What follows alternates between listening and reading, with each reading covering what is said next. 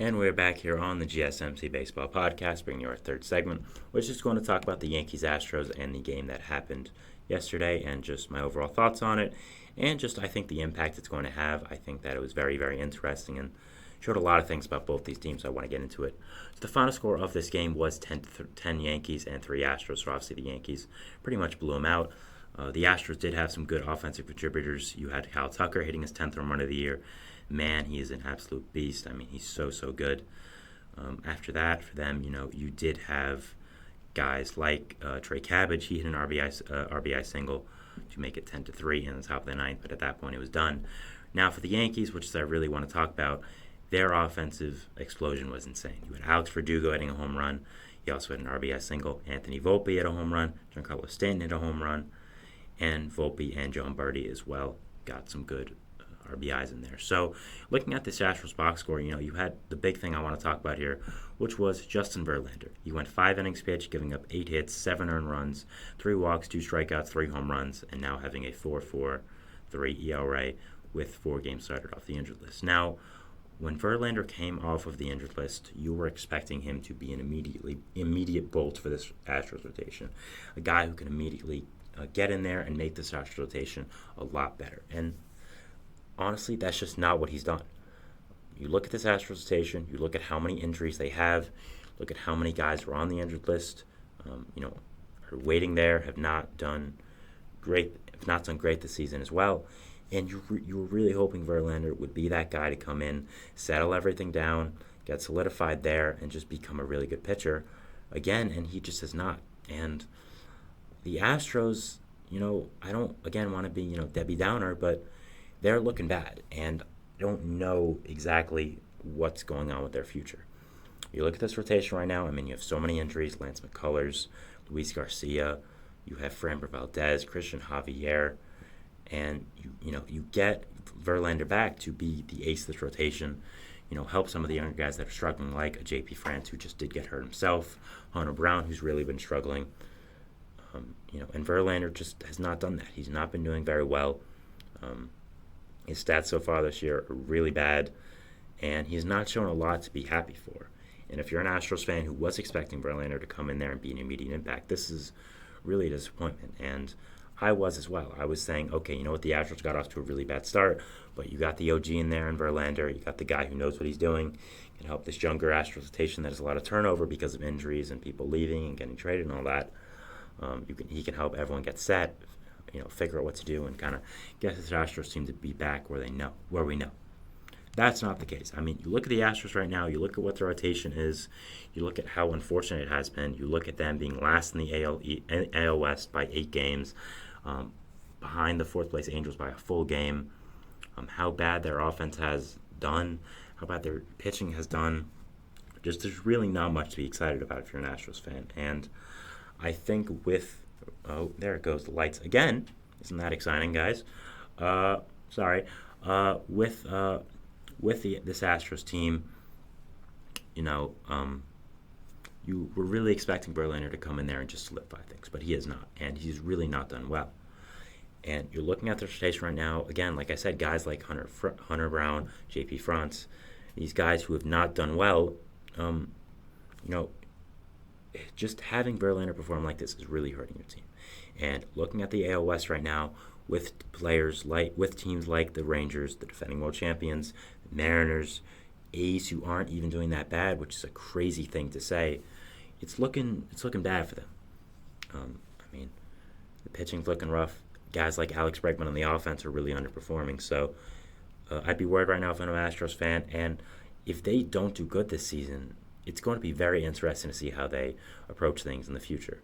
They have a lot of people who are close to being free agents. Kyle Tucker's a free agent in 2 years, so is Framber Valdez. Justin Verlander's probably gone after this year.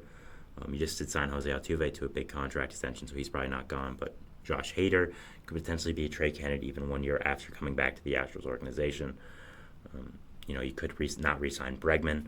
You could kind of go into a full rebuild, and it's just going to be interesting to watch this Astros franchise. We've kind of looked at them throughout these years as untouchable and unbreakable, but it might be the end of the road for them. And I think this game against the Yankees just signifies, how much things have changed. And Verlander doing this bad, really not helping the team out is, I think, the Astros' bad process coming back to bite them. Last year, you traded Drew Gilbert and Ryan Clifford for Verlander.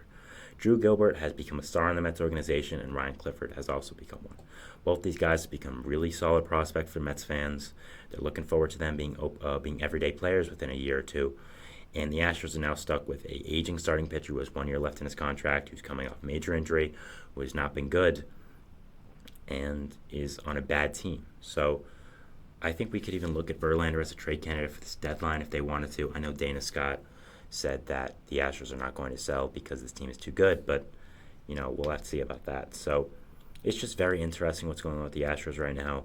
It's one of the biggest storylines of this entire year, I'd say, how bad they are doing and how much they have underperformed. So yeah, watching them and just watching this team all together, seeing what does happen. So yeah, an unfortunate situation right now if you are an Astros fan, but it is what it is, and it is what's happening right now with them. So yeah, just that's the story with them right now, and I wanted to move on to the Yankees. Now, the Yankees, man, was that a great game for them. Obviously, they won 10-3, beat up on Verlander, who usually has their number, does really good against them. You had Verdugo swinging the bat really well, Stanton swinging really well, Volpe doing well, even John Birdie getting in there with an RBI. You had Luis Gil on the mound pitching really well, 6 innings pitched of 1 hit ball. Granted, he did give up that 1 hit was a home run, but still 6 innings for 1 hit for this Astros offense, that still is elite. I mean, that's pretty great for you guys. So I think there's a lot going right for the Yankees right now. Their pitching core has been doing really well. Gil has been a really encouraging guy. You have Stroman, who's done well back in his home of New York. You have, of course, Nestor Cortez, who hasn't been bad. You have some other guys in the rotation depth that I think are really valuable. Clayton Beeter is someone I'm watching for the future. Clark Schmidt as well. So I think there's a lot going right for the Yankees right now, especially in the rotation. And we're forgetting, we're really not forgetting, but we got to remember that their best pitcher's coming back soon, Garrett Cole. When he comes back with what the pitching has done so far, I think there's a lot to like with this Yankees team. And it's the best they've looked in a long time. And I guess their offense is even better, honestly. You look at this right now, Anthony Volpe's done really well. Juan Soto has been an MVP candidate, the guy I picked for MVP preseason, so really hoping that he wins it for my sake. Aaron Judge has picked it up after a rough start. You have Alex Verdugo, who's done really great since coming to the Bronx. Giancarlo Stanton done really well. Not as good as you'd like him to do for the contract you're paying him and for him not playing any defense whatsoever, but still fine. Anthony Rizzo's done well. Gleyber Torres has sucked, but I don't know what's happening there. I think maybe he's just done with New York at this point.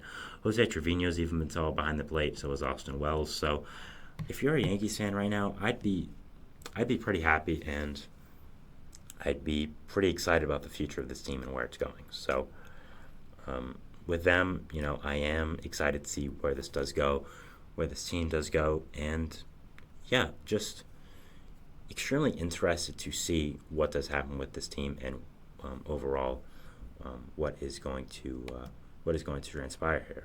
I notice there are a good amount of people watching on stream right now, so if you would like to ask a question, I'll be more than happy to answer it about baseball. So yeah, just put it in the chat below there. But going back to my segment here for the Yankees and Astros, I'm just very excited to watch these two teams progress throughout the season. I'm very excited to see that both these teams, not excited, I should say, but just very intrigued and interested that both these teams are going in an opposite direction. Astros are underperforming a lot and not doing well. Yankees are doing really, really well. And I think that it just shows the variety of their off seasons and what's going on with them now. The Astros didn't add much. They added Garrett Cole. They added Josh Hader, but that was it. The Yankees added Juan Soto. They added Marcus Stroman, traded for Trent Grisham as well in that Soto trade. So a lot was going right for them in this offseason. They did a really good job, and I think it's proven right now the big swing does work sometimes, and if you execute it correctly, it really does help your team. You look at the guys they gave back to the Padres for Juan Soto. They have been underperforming and not doing that well. So yeah, if I'm a Yankees fan right now, I'd be very excited about the future of this team, where it's going. And if I'm an Astros fan, I'd be kind of worried. Verlander's regressing. Hunter Brown has been horrible. Framber Valdez, he's on the injured list and is a free agent soon. J.P. France just got hurt a lot. Spencer Arrighetti is just disgustingly horrible. I don't know why he's on this roster. Alex Bregman's a free agent soon.